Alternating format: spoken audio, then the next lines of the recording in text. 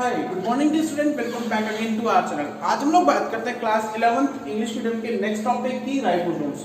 ठीक है, राइबोसोम्स क्या है? क्लास 11th बायोलॉजी के अंदर आप लोगों का टॉपिक है, डिटेल के अंदर है। तो राइबोसोम्स की अगर हम लोग बात करें तो अभी तक हम लोगों ने पढ़ा था कि सर ये प्रोटीन फैक्ट्री है।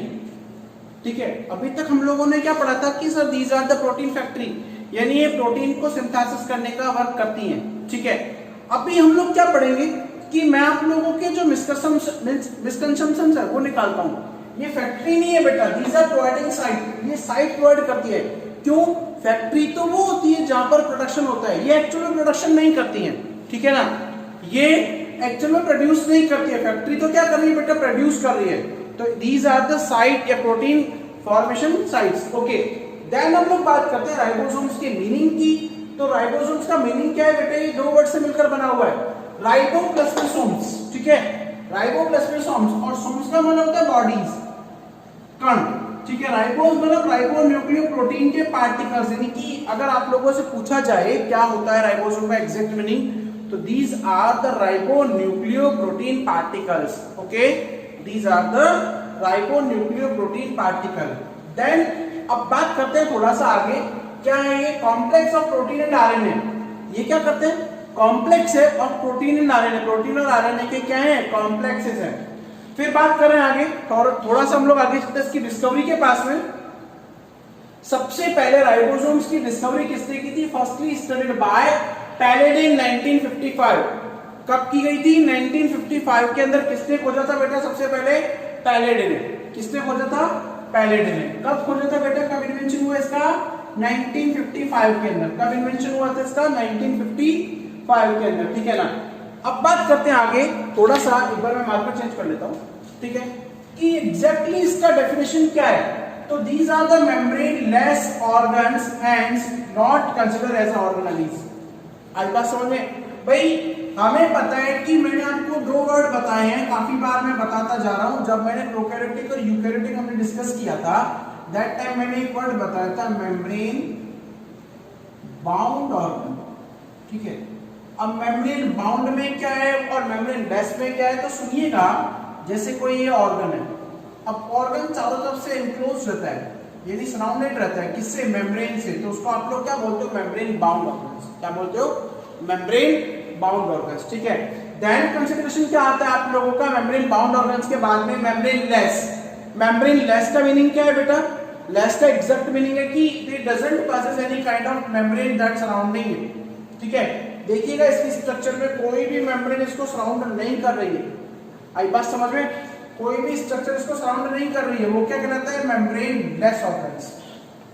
ठीक है, अब मेम्ब्रेन लेस होने के कारण बेटा क्या है? सुनिएगा, मेम्ब्रेन लेस होने के कारण इसको आप लोग कंसीडर करते हो, किसको? Does not consider as organelle. इसीलिए हम इसको एक प्रॉपर ऑर्गन्स नहीं मानते, इसीलिए आप इसको क्या है? प्रॉपर एक ऑर्गेनेली नहीं मानते। ठीक है ना? ओके, अब क्या कह रहे हैं? सुनिएगा, हमने अभी तक पढ़ा था कि राइबोसोम्स का जो फंक्शन होता है प्रोटीन का फॉर्मेशन होता है, लेकिन नॉर्मली राइबोसोम्स जो पैंक्रियाटिक सेल्स के अंदर बहुत ज्यादा अमाउंट में पाए जाते हैं बेटा। ये 10 स्टार क्वेश्चन है, क्योंकि ये नीट में काफी बार आ चुका है। ठीक है, क्यों है? मैंने 10 स्टार क्वेश्चन क्यों दिया? मैं इसको 10 स्टार दूंगा क्वेश्चन को, क्यों दूंगा? क्योंकि राइबोसोम्स जो है वो पैंक्रियास सेल में होते हैं। ठीक है सर, आपने भी बता दिया। आगे हम क्या करें भाई? अब हम आगे क्या करें? तो क्यों? Why? Because the pancreatic cells contain digestive enzymes. Okay, pancreatic cells जो है उसके पास में क्या होता है? डाइजेस्टिव एंजाइम्स होते हैं। देन अब डाइजेस्टिव एंजाइम्स है तो क्या है कि राइबोसोम्स जो है एंजाइम्स को एक्टिवेट करने के काम में आता है। ठीक है, ठीक है, अब बात करते हैं इसके कंपोजिशन की। थोड़ा सा, अगर ये तो इंट्रोडक्टरी पार्ट था, आई बात समझ में? अब बात करते हैं इसके कंपोजिशन की। कंपोजिशन का मतलब बेटा हिंदी में संगठन, कि वो किस किस चीज से मिलकर बने हुए हैं। तो कंपोजिशन की बात करें तो उसमें दो ही चीजें आती है, एक तो आता है राइबोसोमल आरएनए। ठीक है, सेकंड आता है प्रोटीन। अब प्रोटीन इसमें कवर के फॉर्म में होता है, प्रोटीन कैप्सूल के फॉर्म में होता है। ठीक है, both are present in almost equal proportion. दोनों के दोनों, याद रखिएगा, अगर ये 40% है तो ये भी 40% भी होगा। ठीक है, कि क्वेश्चन आता है, यहां पर भी देखो, अभी मैंने स्टार बनाया, ठीक है ना, कि दोनों ही जो है वो इक्वल कंसेंट्रेशन में, इक्वल प्रोपोर्शन के अंदर प्रेजेंट होते हैं, ठीक है। फिर बात करते हैं राइबोसोम्स आर सिंथेसाइज्ड। अब ये भी अगेन मैं क्वेश्चन लेता हूँ, 10 स्टार क्वेश्चन लेता हूँ, क्योंकि ये काफी लोग नहीं बताते हैं और लोगों को पता भी नहीं चलता है कि where the ribosomes has been synthesized. Ribosomes जो कहाँ सिंथेसाइज होते हैं, तो ribosomes are synthesized at the nucleus of the nucleus, यानी कि मैंने आपको न्यूक्लियस का हालांकि स्ट्रक्चर अभी कराया नहीं है, अभी बता देता हूँ। न्यूक्लियस में न्यूक्लियर मेम्ब्रेन होता है, ठीक है ना। अब उस न्यूक्लियस का भी सेंटर पॉइंट ऑफ व्यू से आप लोग बोलते हो क्या, न्यूक्लियस। क्या बोलते हो, न्यूक्लियस। तो ये न्यूक्लियस के द्वारा सिंथेसाइज होते हैं, यानी कि इनको सिंथेसाइज करने का काम कौन करता है, nucleus. Exactly again 10 star question याद रखिएगा कि ribosomes are synthesized by the nucleus that is present in the nucleus. Okay, then आगे चलते हैं नेक्स्ट टॉपिक। तो जो मैं 10 स्टार क्वेश्चन बार बार आपको रिपीट करके बोल रहा हूं, दैट मींस कि आप लोगों को वो इंपॉर्टेंट है, वो पढ़ना ही करना है। ओके, देन कहते हैं टाइप्स। अब टाइप्स बताइए, बेसिकली दो टाइप के होता है राइबोसोम्स। कौन कौन से, एक तो 70S और एक है 80S। दो है, मैंने दोनों के ऊपर राउंड मार्क कर दिए, ठीक है। 70S और 80S दोनों में डिफरेंस क्या है, 70S राइबोसोम जो इनिशियल फॉर्म होती है, सुनिएगा मेरी बात, और ये आपके प्रोकैरियोटिक सेल्स में पाया जाता है। मेनली किसमें होता है, प्रोकैरियोटिक सेल्स में। अच्छा, अब काफी बच्चे जो हैं, जो नए जुड़े हैं, उनको प्रोकैरियोटिक का मतलब नहीं पता। तो बेटा प्रोकैरियोटिक का मतलब होता है प्रो प्लस कैरियोटिक, दो वर्ड से मिलकर बना है। प्रो मतलब प्रिमिटिव फेज, यानी पहले की अवस्था, प्रीमेच्योर, और कैरियोटिक का एग्जैक्ट मीनिंग क्या होता है, कैरियोटिक वर्ड इज दैट कैरियोथिका, ये कैरियोथिका से मिला है, न्यूक्लियर मेम्ब्रेन से मिलकर बना हुआ है। ओके, तो देन अब क्या है कि कैरियोथिका यानी कि न्यूक्लियर मेम्ब्रेन जो है ना, उससे मिलकर बना हुआ है। इसलिए वो सेल्स जिनके पास में न्यूक्लियर मेम्ब्रेन जो है एब्सेंट होता है या फिर नहीं होता, तो वो क्या कहलाते हैं, प्रोकैरियोटिक सेल्स कहलाते हैं। तो प्रोकैरियोटिक सेल्स के अंदर बेटा कौन से राइबोसोम्स होंगे, 70S। कौन से होंगे, 70S। देन हम लोग बात करें और किस पे होते हैं, अगर यूकैरियोटिक की एग्जांपल है तो आपके माइटोकॉन्ड्रिया में, हमने अभी लास्ट 2 वीडियोस पहले इसको कवर किया था कि माइटोकॉन्ड्रिया को आप लोग ऑटोनॉमिक ऑर्गन बोलते हो। क्यों, क्योंकि due to presence of DNA and ribosomes, ठीक है। क्लोरोप्लास्ट ये भी बेटा ऑटोनॉमस, अभी लास्ट वीडियो के अंदर हम लोगों ने कवर किया है, ठीक है ना। तो क्लोरोप्लास्ट ये भी ऑटोनॉमस ऑर्गन होता है। तो इनमें आप लोगों के क्या 70S राइबोसोम्स होते हैं, ठीक है। फिर बात करें आप लोगों के 80S की। अब 70S जो राइबोसोम है, इसमें अब राइबोसोम के अंदर मैं स्ट्रक्चर की बात करूं तो 2 यूनिट होती है, एक तो होती है स्मॉल यूनिट और एक होती है लार्ज, ठीक है। हालांकि ये जो स्ट्रक्चर हम लोगों ने बनाया हुआ है, ये हम लोगों ने 80S राइबोसोम्स का बनाया हुआ बेटा। ओके, देन क्या कह रहे हैं कि जो 70S है, यहाँ पर तो देखो स्मॉल यूनिट हम लोगों ने 40S डाली हुई है, लार्ज यूनिट 60S डाला हुआ, ठीक है। अभी S का मतलब पता हुआ, काफी बच्चों के दिमाग के अंदर क्वेश्चन चलते होंगे कि सर S आप क्या कह जा रहे हो, ठीक है ना बेटा। तो सो डोंट बी पैनिक, हम लोग पैनिक नहीं बनेंगे, हम लोग केवल पढ़ेंगे अभी कि क्या होता है इसका मतलब। ओके, देन बात करते हैं कि एस जो 70S राइबोसोम है, उसमें स्मॉल यूनिट जो होती है बेटा वो 30S होती है, लार्ज यूनिट क्या होती है 50S। लार्ज यूनिट क्या होती है बेटा 50S। ओके, अब बात करते हैं 80S राइबोसोम्स। तो ये found in all eukaryotic cells, सारी यूकैरियोटिक सेल्स में, चाहे वो प्लांट हो, चाहे आपका एल्गी हो, चाहे आप लोगों का फंजाई सेल हो, even animal cells also contain this type of ribosomes. Okay, अब इसकी स्ट्रक्चर की बात करें बेटा, याद रखिएगा, सुनिएगा मेरी बात। स्ट्रक्चर की अगर मैं बात करता हूं तो स्मॉल जो यूनिट होती है वो क्या होती है, बाउल शेप होती है, फिर कप शेप होती है। वो क्या होती है, कप शेप या बाउल शेप होती है, ठीक है ना। और स्मॉल यूनिट को बेटा कवर करके रखता है आपका लार्ज यूनिट, ठीक है।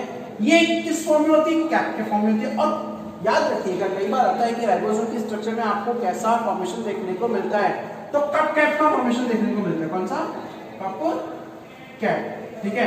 हमें कौन सा फॉर्मेशन देखने को मिलता है, कप कैप का, यानी कि स्मॉल यूनिट जो है वो उसका बाउल शेप में, छोटी है बाउल शेप में। बड़ी यूनिट क्या है, उसको आप देखो छोटी यूनिट है, इसको बड़ी जो है उसको ऐसे कवर करके रखती है। ओके, तो कप कैप का फॉर्मेशन देखने को मिलता है, ठीक है।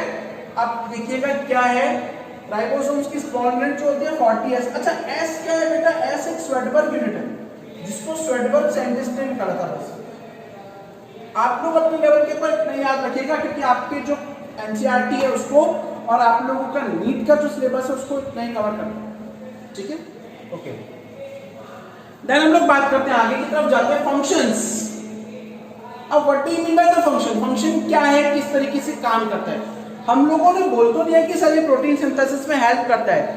अब मेरे जैसा अगर कोई टीचर आ जाए, सुनिएगा मेरी बात, तो मैं तो सबसे पहले मेरा तो क्वेश्चन ये रहता है कि मैं बच्चे की टांग किस तरीके से खींचूं। अब टांग खींचना मतलब उसे पकड़ के गिराना नहीं होता बेटा, केवल बच्चे का माइंड सेट करना कि बच्चा एग्जैक्टली पढ़ रहा है या नहीं पढ़ रहा है, ओके।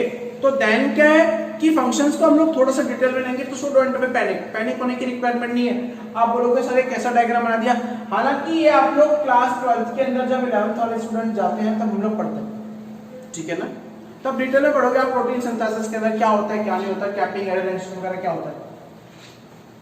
मेन फंक्शन होता है बेटा इसका, again 10 star question, play an important role in protein formation. भाई एक मेन रोल प्ले करता है प्रोटीन फॉर्मेशन में, ठीक है, मैंने लाइन लिख दिया और यहां पर काम खत्म हो गया, ऐसा नहीं, क्योंकि ये हम लोग 9th लेवल तक पढ़ चुके हैं, 10th लेवल तक पढ़ चुके हैं, अभी हम लोग कहाँ 11th में, तो थोड़ा सा हमें कहाँ जाने की रिक्वायरमेंट है, एडवांस में जाने की रिक्वायरमेंट है। सुनिएगा मेरी बात, थोड़ा सा एडवांस। अब एडवांस ये नहीं कि सर मैं तो कॉलर चढ़ा के आया हूं, नहीं, okay. Mainly provide the site, कैसे रोल प्ले करता है, पहला पॉइंट साइट, साइट मतलब प्लेस प्रोवाइड कर रहा है, क्या कह रहा है, प्लेस, क्या प्रोवाइड कर रहा है, प्लेस। और द प्रोटीन सिंथेसिस, प्रोटीन के सिंथेसिस के लिए कैसे कराएगा वो देखना, बाय प्रोवाइडिंग, अब साइट हुई स्पेस प्रोवाइड कर रहा है, सरफेस प्रोवाइड कर रहा है for the attachment of mRNA molecule. अच्छा मैं आपको आरएनए का फुल फॉर्म बताता हूं बेटा, याद रखिएगा, अभी डिटेल में आएगा डीएनए आरएनए जब बायोमॉलिक्यूल्स पढ़ेंगे हम लोग तब, ठीक है, जब हम लोग बायोमॉलिक्यूल्स पढ़ेंगे देन ये आप लोगों का डिटेल में आएगा, देन ये आप लोगों का डिटेल में आएगा। बायोमॉलिक्यूल्स जब हम लोग पढ़ेंगे कि इसको आप लोग बोलते हो राइबो न्यूक्लिक एसिड, क्या बोलते हैं हम लोग, ribo nucleic acid, okay. Exactly अगर हम लोग बात करें राइबो न्यूक्लिक एसिड्स का, तो ये आरएनएस होते हैं जो नॉर्मली वायरस में एज अ जेनेटिक मटेरियल काम करता है, बस अभी तो इतना समझिएगा। नॉर्मली वायरस के अंदर ये एज अ जेनेटिक मटेरियल यानी कि ये इंफॉर्मेशंस को ट्रांसफर करने का काम करता है, बस अभी इतना समझिएगा। और generally RNA has been categorized into 3 major categories, कौन कौन सी, आप लोगों का एमआरएनए, टीआरएनए एंड आरआरएनए। भाई T stand for transfer RNA, T की यहां पर आरएनए का तो वही है, सेम फुल फॉर्म है, कॉमन है सबका, ribonucleic acid, T stand for the transfer RNA, M for the messenger RNA, भाई मैसेंजर है, बातें आदान प्रदान करने वाला, एक की दूसरे को लगालूत्री करने वाला, समझ में आ रहा है ना बात, इधर की उधर करने वाला, ठीक है। आरएनए होता है बेटा, राइबोसोमल आरएनए होता है। तो ये क्या है, सुनिएगा मेरी बात।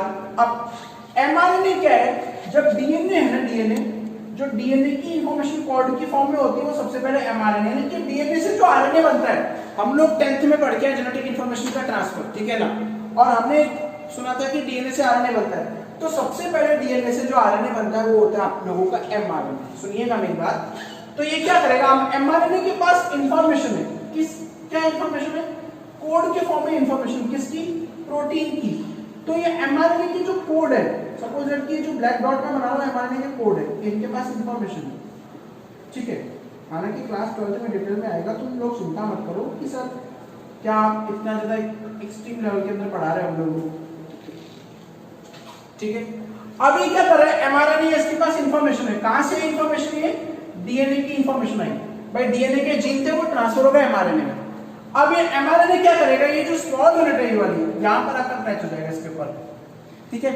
जैसे ही स्मॉल यूनिट आकर अटैच हुई, दैट उसको कवर करने के लिए आ जाएगा, कैप आ जाती है आपकी लार्जर यूनिट, ओके, क्लियर है ना, ठीक है। अब ये लार्जर यूनिट आती है तो इसमें 3 साइड होते हैं, ई एंट्री, पी पॉलीमराइजेशन और ए होता है एग्जिस्ट, एंट्री पॉलीमराइजेशन और एक होता है अल्ट्रेशन, ठीक है ना। तो क्या होगा, अब इन कोड को, अब देखो ये कोड है, कोड को रिकॉग्नाइज करके टीआरएनए आया, इनको पहचाना और यहां पर आकर जुड़ गया। अब टीआरएनए जो उसको चार्ज भाई ऐसा थोड़ी है कोई इसने इलेक्ट्रिक सॉकेट में उंगलियां थोड़ी डाली थी बेटा, ठीक है ना। कहीं तुम लोग ये सोच रहे हो चार्ज का मतलब होता है कि जो सिर्फ पिन नहीं होता, आपका चार्जर होता है, चार्जर की पिन होती है, पिन लगाते हैं हम लोग सॉकेट के अंदर, तो ये कोई उंगलियां थोड़ी डाल रहे हैं अपनी। चार्ज मतलब कि उसके ऊपर अमाइनो एसिड प्रेजेंट है, चार्ज का कॉमनली किस है, प्रेजेंस ऑफ वर्डिंग्स को सुनिएगा, ठीक है, प्रेजेंस ऑफ अमीनो एसिड्स, ठीक है, अमीनो एसिड्स का प्रेजेंस है। ओके, तो देन क्या है, अमीनो एसिड के प्रेजेंस के कारण दोस्तों चार्ज बना था, चार्ज आरएनए आया, अब ये ट्रांसफर हुआ यहाँ पर, इसने क्या बना दिया, अपना अमीनो एसिड यहाँ पे छोड़ दिया, और जो अनचार्ज है, अनचार्ज अमीनो एसिड छोड़कर बाहर निकल गया, ठीक है। तो इससे एक पूरी चेन बनती है, पॉलीपेप्टाइड चेन। पॉलीपेप्टाइड चेन हालांकि आप लोग केमिस्ट्री में भी पढ़ेंगे और आप लोगों के बायोमोलिक्यूल्स में भी आएगा, ठीक है। तो अमीनो एसिड की प्रोटीन पॉलीपेप्टाइड चेन बनती है, जिसे आप लोग बोलते हो प्रोटीन। तो इस तरीके से राइबोसोम जो है वो प्रोटीन फॉर्मेशन में हेल्प करता है। Okay, thank you.